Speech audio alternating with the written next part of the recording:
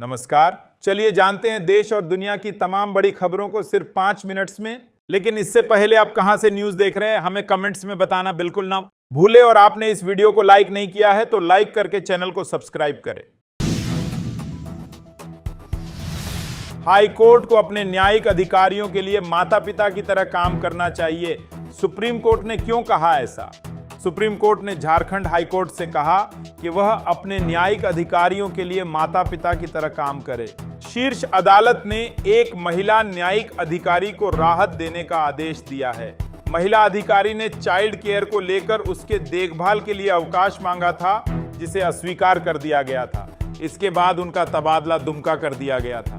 Supreme court ने उच्च न्यायालय से कहा कि वह महिला अधिकारी को हजारीबाग में ही रहने दे या उनका तबादला बोकारो कर दें। ऐसा उनके बेटे की 12वीं कक्षा की परीक्षाओं को ध्यान में रखते हुए किया जाए। सुप्रीम कोर्ट ने यह भी कहा कि हाई कोर्ट को अपने न्यायिक अधिकारियों की समस्याओं के प्रति सजग रहना होगा। चीफ जस्टिस BR गवई और जस्टिस के विनोद चंद्रन की बेंच ने इस मामले पर सुनवाई की। महिला न्यायिक अधिकारी अनुसूचित जाति वर्ग से हैं और ADJ हैं। सुप्रीम कोर्ट ने कहा कि उच्च न्यायालयों को अपने न्यायिक अधिकारियों के लिए माता पिता की तरह काम करना चाहिए। अदालतों को अपने अधिकारियों की देखभाल करनी चाहिए और उनकी समस्याओं को समझना चाहिए। कोर्ट ने यह भी कहा कि ऐसे मुद्दों को अहंकार का मुद्दा नहीं बनाना चाहिए। महिला न्यायिक अधिकारी ने 6 महीने के चाइल्ड केयर को लेकर छुट्टी के लिए अर्जी दी थी। जब उनकी अर्जी खारिज कर दी गई तो उन्होंने सुप्रीम कोर्ट का दरवाजा खटखटाया। बाद में उनका तबादला दुमका कर दिया गया। उन्होंने उच्च न्यायालय में एक अर्जी दी जिसमें उन्होंने हजारीबाग में ही रहने या रांची या बोकारो स्थानांतरित किए जाने की मांग की। उनका कहना था कि दुमका में अच्छे CBSE स्कूल नहीं हैं। याचिका पर सुप्रीम कोर्ट ने कहा कि उच्च न्यायालयों को अपने न्यायिक अधिकारियों की समस्याओं के प्रति सजग रहना होगा। अब आप या तो उन्हें बोकारो स्थानांतरित करें या उसे मार्च-अप्रैल 2026 तक हजारीबाग में ही रहने दें। मेरा मतलब है कि परीक्षाएं समाप्त होने तक कोर्ट ने उच्च न्यायालय को इन निर्देशों का पालन करने के लिए 2 सप्ताह का समय दिया है। मई में सुप्रीम कोर्ट ने झारखंड सरकार और हाईकोर्ट रजिस्ट्री से महिला न्यायिक अधिकारी की याचिका पर जवाब मांगा था। महिला अधिकारी ने अपनी याचिका में बाल देखभाल अवकाश के अनुरोध को अस्वीकार करने को चुनौती दी थी। उन्होंने जून से दिसंबर तक 6 महीने की छुट्टी मांगी थी। न्यायिक अधिकारियों पर लागू बाल देखभाल अवकाश नियमों के अनुसार ADJ अपने कार्यकाल के दौरान 730 दिन तक की छुट्टी की हकदार हैं। बाद में उन्हें 3 महीने की छुट्टी दे दी गई। चलिए देखते हैं अगली बड़ी खबर। राहुल गांधी ने बिहार में फिर बोला हमला। बीजेपी और चुनाव आयोग पर लगाए गंभीर आरोप।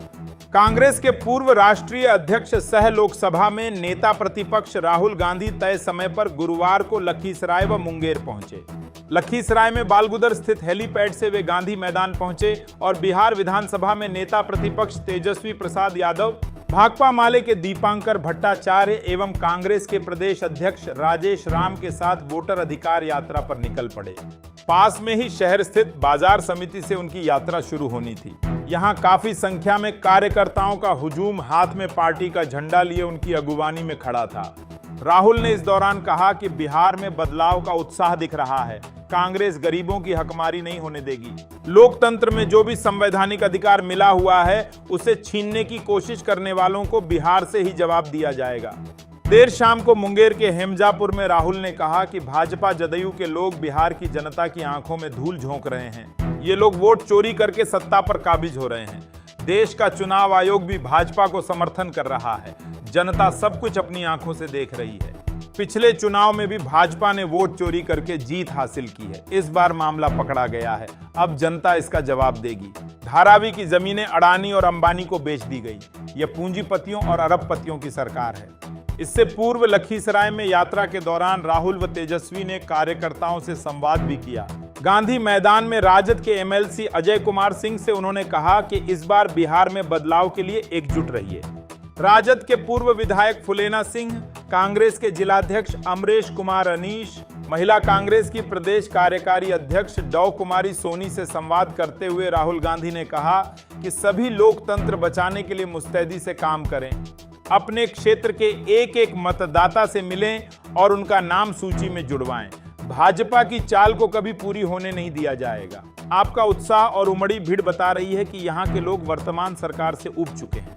दूसरी ओर नेता प्रतिपक्ष तेजस्वी यादव, भाकपा माले के महासचिव दीपंकर भट्टाचार्य और कांग्रेस के प्रदेश अध्यक्ष राजेश राम गुरुवार को शेखपुरा के तिनमुहानी, चांदनी चौक, घोंगसा होते हुए जमुई के सिकंदरा पहुंचे। यहां से वे लखीसराय पहुंचे।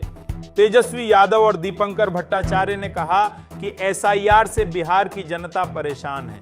जिन 65 लाख लोगों के नाम कटे हैं, उनकी शिकायतों के बारे में चुनाव आयोग कुछ नहीं बता रहा। 2 लाख नए लोगों का नाम जोड़ने की बात सामने आ रही है। ये कौन लोग हैं? ये भी कहीं जीरो घर संख्या वाले फर्जी वोटर तो नहीं हैं। इन्होंने कहा कि एक और जहां लोगों का मताधिकार छीनने की तैयारी है, वहीं मोदी सरकार संसद में एक नया बिल लाकर राज्यों में विपक्ष को सरकार चलाने से रोकने की पूरी तैयारी कर रही है। यह नया बिल देश के लोकतंत्र और संघीय ढांचे पर बड़ेदा हमला है। वोटर अधिकार यात्रा ने जबरदस्त आंदोलन का रूप ले लिया है। बिहार में बदलो सरकार की मुहिम के साथ मिलकर यह आंधी बन जाएगी।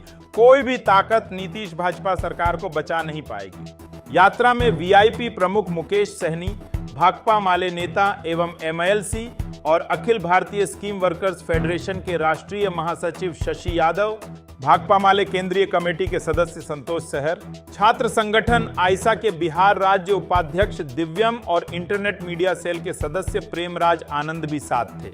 चलिए देखते हैं अगली बड़ी खबर। कांग्रेस ने सरकार पर वोट चोरी का आरोप लगाते हुए फूंका पुतला।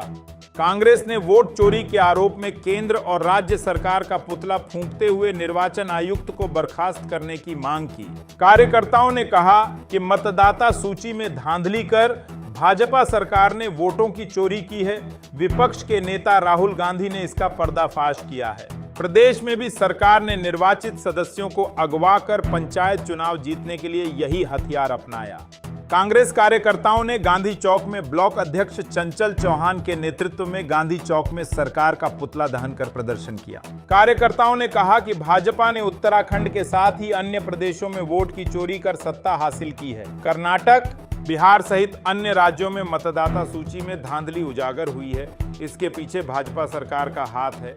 उत्तराखंड में बंदूक की नोक पर सदस्यों को अगवा कर भाजपा ने जिला पंचायत की सत्ता हासिल की है। पुलिस और प्रशासन के साथ ही निर्वाचन आयोग ने इस काम में सरकार का साथ दिया है। भाजपा सरकार ने ऐसा कर लोकतंत्र की हत्या की है, कहा विपक्ष के नेता राहुल गांधी ने मौजूदा सरकार के इस कारनामे को उजागर किया है। हर कार्यकर्ता जन जन तक भाजपा सरकार की देश और लोकतंत्र विरोधी नीतियों को पहुंचाने का काम करेगा। पुतला दहन में चंचल बोरा, ललित भंडारी, बीडीसी सदस्य विक्रम सिंह देवपा, भोपाल राम, जशोद राम, त्रिलोक राम, कविंद्र शाही, राजू बोरा, गिरधर बोरा, सुजाता देवी, कविंद्र शाही, पूरन देवपा आदि मौजूद रहे। संवाद। चलिए देखते हैं अगली बड़ी खबर। भाजपा में मारामारी, बिहार चुनाव के बाद बदलेंगे हालात, ऐसा क्यों बोले कांग्रेस नेता? निगम मंडल और भाजपा में अन्य पदों पर हो रही देरी को लेकर कांग्रेस ने सियासी हमला बोला है। कांग्रेस का कहना है कि भाजपा में पदों को लेकर जमकर मारामारी मची हुई है और बिहार चुनाव के बाद हालात बदल जाएंगे। कांग्रेस नेता पीसी शर्मा ने एमडी ड्रग और मछली मामले पर भी बड़ा बयान देते हुए आरोप लगाया कि भाजपा के बड़े नेताओं के तार इसमें जुड़े हैं। उन्होंने कहा कि पुलिस और इंटेलिजेंस पूरी तरह फेल साबित हुई है। तुर्की से कनेक्शन निकल रहा है और मेट्रो प्रोजेक्ट में तुर्की के पार्ट लगाए जा रहे हैं। पीसी शर्मा ने आगे कहा कि सुनसान मकानों में बिजली कनेक्शन है, लेकिन आबादी वाले इलाकों में नहीं। मछली पकड़ने से नहीं, मगरमच्छ पकड़ने से ही मामले का सच सामने आएगा। वहीं सीएम के कृष्ण माखन चोर नहीं, बल्कि हक के लिए लड़ने वाले थे वाले बयान पर कांग्रेस ने तंज कसते हुए कहा कि सरकार को जनता को उनके हक का माखन और घी दिलाने की चिंता करनी चाहिए। कांग्रेस के आरोपों पर भाजपा ने पलटवार किया है। भाजपा प्रवक्ता मिलन भार्गव ने कहा कि हमारी सरकार में लगातार बड़ी कार्रवाई हो रही है। इससे पहले कभी इस स्तर पर एक्शन नहीं हुआ। कांग्रेस जनता के असली मुद्दों से भटकाकर सिर्फ राजनीति कर रही है।